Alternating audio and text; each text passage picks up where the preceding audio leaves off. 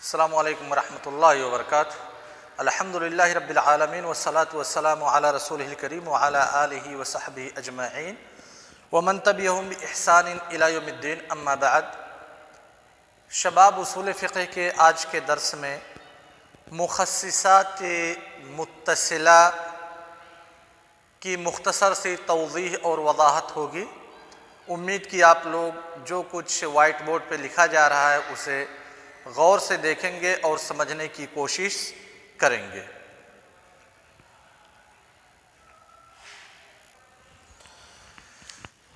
یہ مخصصات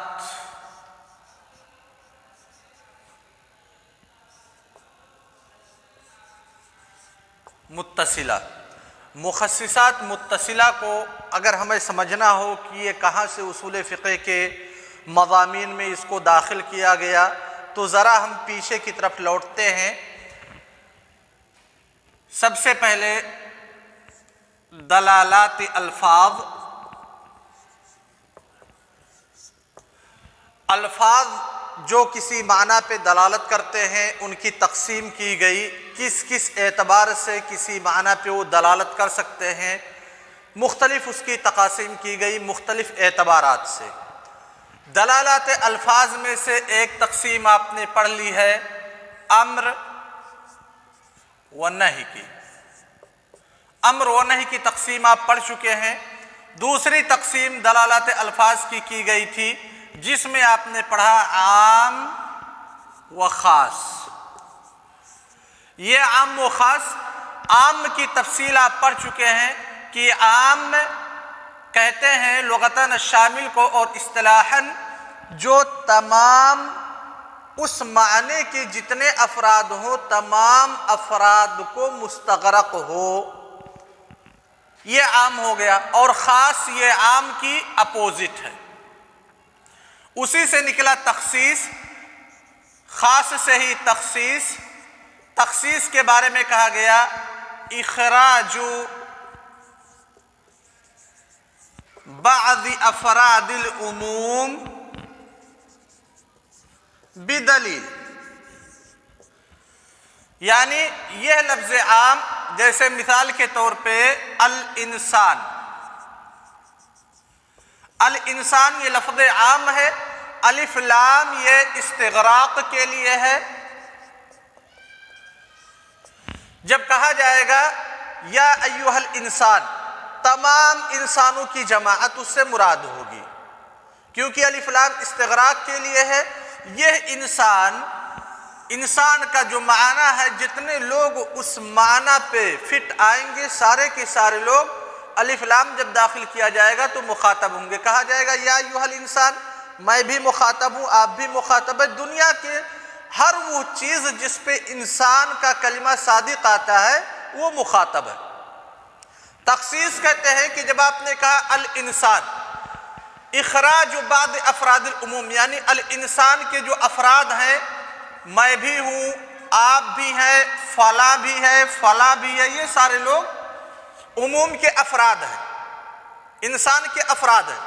تخصیص کہتے ہیں کہ عموم کے بعض افراد کو نکال لینا، لہذا مجھے نکال لیا گیا عموم سے، آپ کو نکال لیا گیا عموم سے، کس کے ذریعہ سے؟ کسی دلیل کے ذریعہ سے۔ یعنی عموم کے افراد میں سے اگر بعض افراد کو آپ باہر نکالتے ہیں تو اس کے لیے دلیل کی ضرورت ہے۔ دلیل کی بنیاد پہ عموم کے بعض افراد کو نکال لینا وہی تخصیص ہے۔ پھر تخصیص کی علامہ عثیمین رحمہ اللہ نے دو قسمیں کی اور مخصص کے بارے میں بتلایا کہ مخصص در حقیقت دلیل شرعی ہے، یعنی تخصیص اور مخصص۔ مخصص ہم کس کو کہتے ہیں؟ مخصص، مخصص دلیل شرعی کو کہا جاتا ہے۔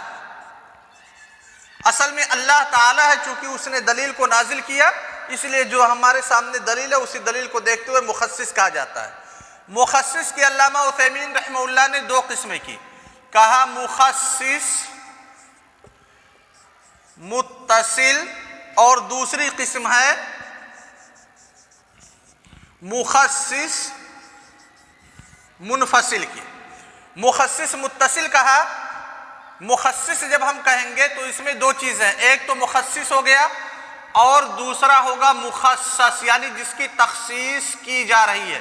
یہ مخصص ہوگا عام اور مخصص ہوگا یہ خاص، یعنی جسے آپ تخصیص کر رہے ہیں. تو کہہ رہے ہیں اس دلیل جو خاص کرنے والی دلیل ہے، تخصیص کرنے والی دلیل ہے، اس دلیل کے مابین اور جو لفظ عام ہے اس کے مابین کوئی فاصل نہ ہو تو اس کو مخصص متصل کہتے ہیں. یعنی یہ دونوں ملا ہوا. مخصص منفصل، اگر مخصص اور مخصص کے مابین کوئی فاصلہ ہے، گیپ ہے، تو اس کو مخصص منفصل کہتے ہیں. مخصص متصل سے پھر شروع کیا، ذرا ہم اوپر لکھ دیتے ہیں اس کو.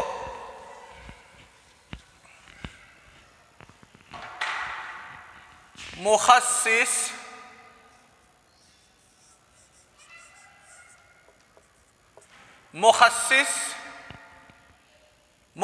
کی دو قسمیں کی. منفصل، اسے ابھی ہم نہیں پڑھ رہے ہیں، ابھی ہم گفتگو کر رہے ہیں مخصص متصل. مخصص متصل کی پھر تین قسمیں کی. ایک ہے شرط، ایک ہے وصف اور ایک ہے استثناء.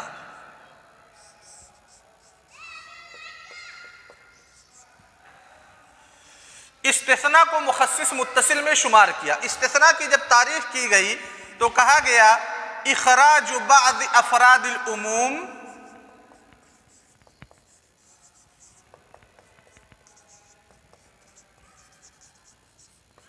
بإلا او احد اخواتها. یعنی عموم کے بعض افراد کو لفظ الا یا اس کے اخوات کا استعمال کر کے نکال لینا، باہر نکال لینا، وہی استثناء ہے. مثلا دلیل اس کی مثال دی، ان الانسان لفی خسر. ان الانسان لفی خسر، تمام کے تمام انسان خسارے میں ہے، کیونکہ انسان پہ جو الف لام داخل ہے وہ استغراق کے لیے ہے. تمام کے تمام انسان خسارے میں ہیں الا الذین آمنوا وعملوا الصالحات. اس کے بعد الا کا استعمال کیا گیا، تمام کے تمام انسان خسارے میں ہیں، الا کا استعمال کیا گیا، یعنی ان خسارہ پانے والے انسانوں میں سے بعض انسانوں کو نکالا جا رہا ہے لفظ الا کا استعمال کر کے. کون لوگ ہیں؟ الذین آمنوا وعملوا الصالحات، یعنی جو ایمان لائے، نیک عمل کیے، وہ لوگ خسارے میں داخل نہیں ہیں. اس عموم سے ان لوگوں کو، مومنوں کو اور نیک عمل کرنے والوں کو نکال لیا گیا ہے. تو یہی کہتے ہیں استثناء کہ عموم کے افراد میں سے بعض افراد کو لفظ الا کے ذریعہ سے یا اس کے اخوات کے ذریعہ سے باہر نکال لینا، یہی استثناء ہے. سمجھ گئے شباب؟ اچھا، اب یہ استثناء کی، پھر اس کے بعد شرطیں بیان کی.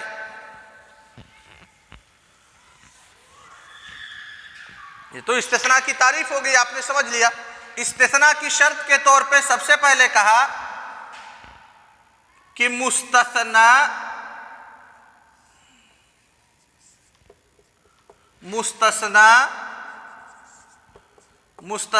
منہ سے متصل ہو،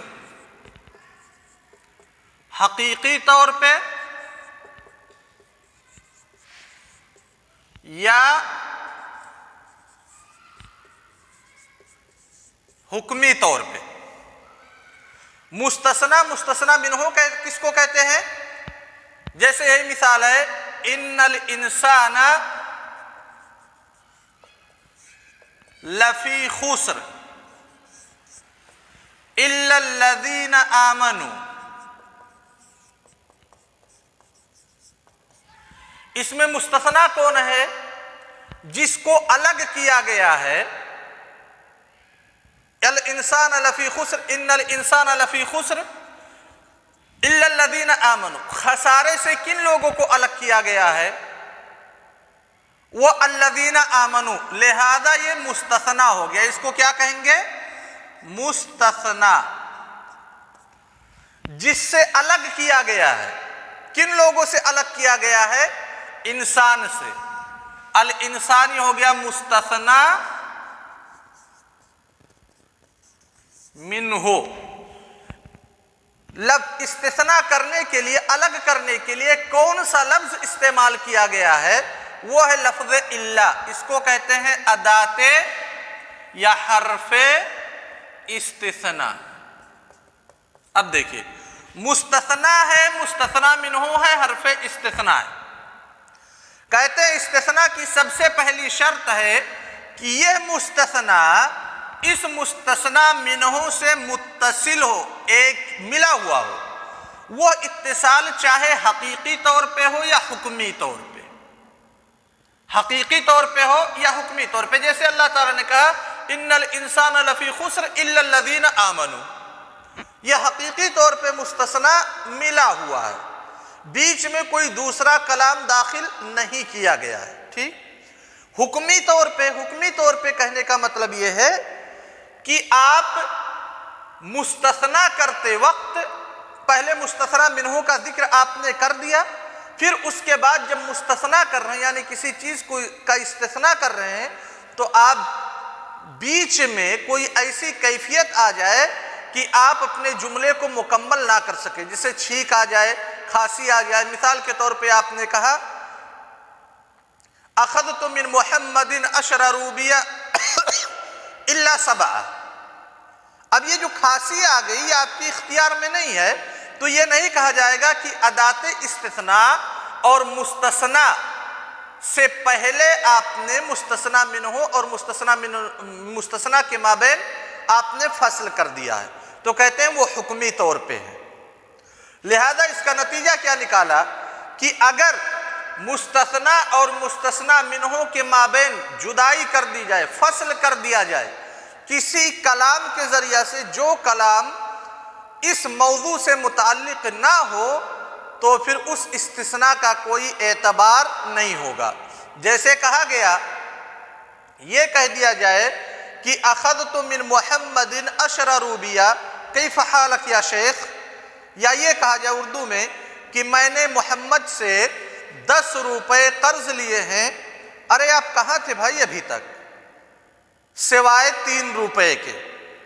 اب دیکھیے، بات چل رہی ہے محمد سے میں نے کتنا قرض لیا ہے۔ میں نے شروع میں ذکر کیا کہ 10 روپے قرض لیے ہیں، بیچ میں نے خیریت کسی کی پوچھ لیا آپ کہاں تھے ابھی تک، پھر ہم نے مستثنا کا ذکر کیا کہ سوائے 3 روپے کے، تو بیچ میں جو فصل کیا گیا، جب مستثنا اور مستثنا منہ کے مابین فصل کر دیا جائے گا کسی دوسرے کلام سے، جو کلام استثناء کے موضوع سے متعلق نہیں ہوگا، تو پھر بعد میں جو ہم استثناء کر رہے ہیں سوائے 3 روپے کے، اس کا کوئی اعتبار نہیں ہوگا۔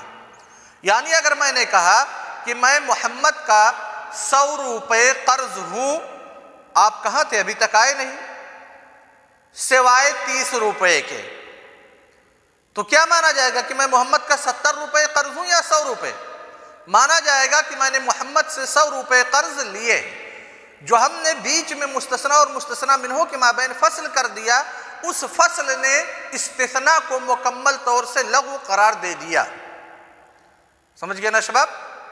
یہ اس وقت ہے جب بیچ میں جو فاصل ہو رہا ہے مستثنا اور مستثنا منہ کے مابین، جو حد فاصل بن رہا ہے، وہ فاصل استثناء کے موضوع سے متعلق نہ ہو، کوئی خارجی موضوع، لیکن اگر موضوع ہی سے متعلق ہے تو استثناء درست مانا جائے گا۔ اور اس کی دلیل دی گئی کہ اللہ کے رسول صلی اللہ علیہ وسلم نے جب مکہ کے بارے میں کہا کہ مکہ کو اللہ تعالیٰ نے لوگوں کے اوپر حرام کر دیا ہے، لہذا اس کے نہ تو پودے اکھاڑے جائیں گے، نہ تو کاٹے توڑے جائیں گے، نہ تو پیڑ پودے کاٹے جائیں گے وغیرہ وغیرہ، نہ تو شکار کو بھگایا جائے گا، نہ تو شکار کیا جائے گا۔ اللہ کے رسول صلی اللہ علیہ وسلم یہ بیان کر رہے تھے کہ اسی میں عبداللہ ابن عباس رضی اللہ تعالیٰ عنہ نے کہا الا الادخر یا رسول اللہ، یعنی عبداللہ ابن عباس رضی اللہ تعالیٰ عنہ بیچ میں بول پڑے، اللہ کے رسول صلی اللہ علیہ وسلم خاموش ہو گئے۔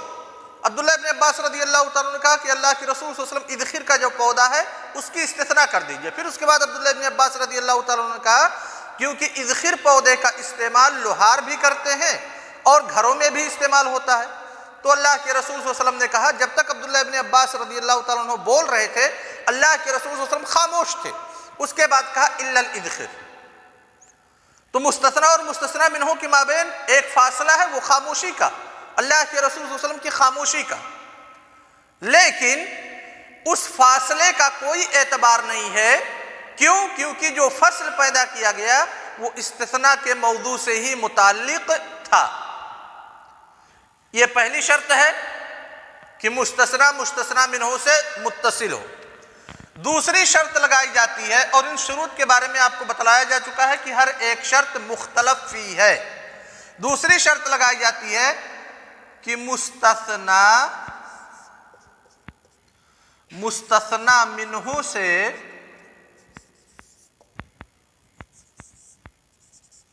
کم ہو، یعنی جسے آپ باہر نکال رہے ہیں وہ پہلے والے جملے مستثنی سے کم ہو۔ جیسے مثال، میں یہ کہوں کہ میں نے محمد سے 100 روپے قرض لیے ہیں سوائے 90 روپے کے، تو کیا مطلب ہوا کہ میں نے محمد سے 10 روپے صرف قرض لیے۔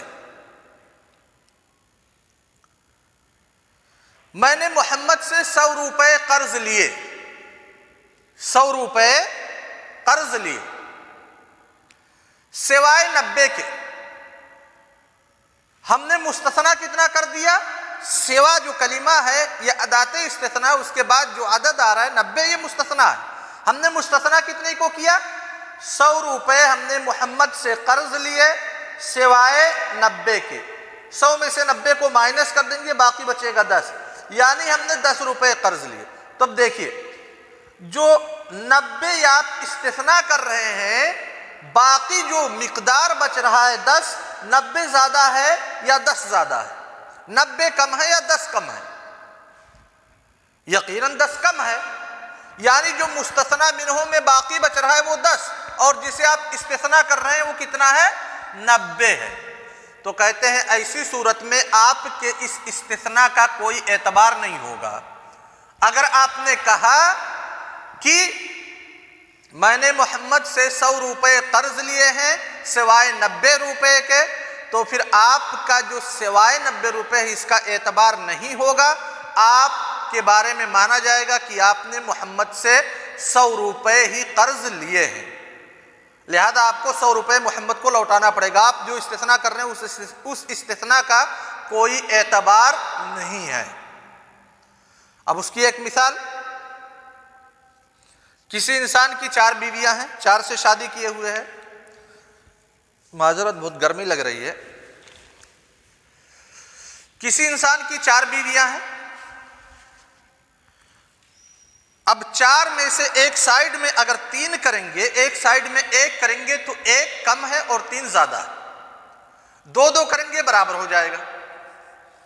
اب وہ آدمی کہتا ہے طلقت جمیع نسائی، میں اپنی ساری بیویوں کو طلاق دیتا ہوں سوائے 3 کے۔ 4 بیویاں ہیں، اس نے کہا میں اپنی ساری بیویوں کو طلاق دیتا ہوں سوائے 3 کے۔ ان مطلقات میں سے 3 کو اس نے نکال لیا، باقی کتنی بچی؟ صرف 1۔ لہذا جو مستثنی منہ ہے اس مستثنی منہ سے مستثنی کی تعداد زیادہ ہے، تو اب اس کے استثناء کا کوئی اعتبار نہیں ہوگا، لہذا اس کی 4 بیویاں مطلقہ ہو جائیں گی۔ یہ ایک فقہی مسئلہ ہے جو اس مسئلے پہ جس کا ڈیپینڈ کیا جاتا ہے۔ اب اگر کسی نے مکمل استثناء کر لیا تو جب مستثنی منہ سے اگر مستثنی زیادہ ہو جائے تعداد میں تب اس استثناء کا اعتبار نہیں ہے، تو اگر کوئی مکمل طور پہ استثناء کر لے تو اس کا بدرجہ اولا اعتبار نہیں ہوگا۔ جیسے یہ کہے میں نے محمد سے 100 روپے قرض لیے ہیں سوائے 100 روپے کے، کہیں گے بھائی جو سوائے 100 روپے لگا رہے ہو یہ بالکل عبث ہے، تمہارے استثناء کا کوئی اعتبار نہیں ہوگا، کیونکہ تم نے مکمل مستثنی منہ کا استثناء کر لیا ہے۔ تو یہ دوسری شرط تھی جس کے تعلق سے علامہ ابن عثیمین رحمہ اللہ نے گفتگو کی ہے، اور بقیہ جو تیسری شرط ہے اس پہ انشاءاللہ کل گفتگو ہوگی۔ والسلام علیکم ورحمۃ اللہ وبرکاتہ۔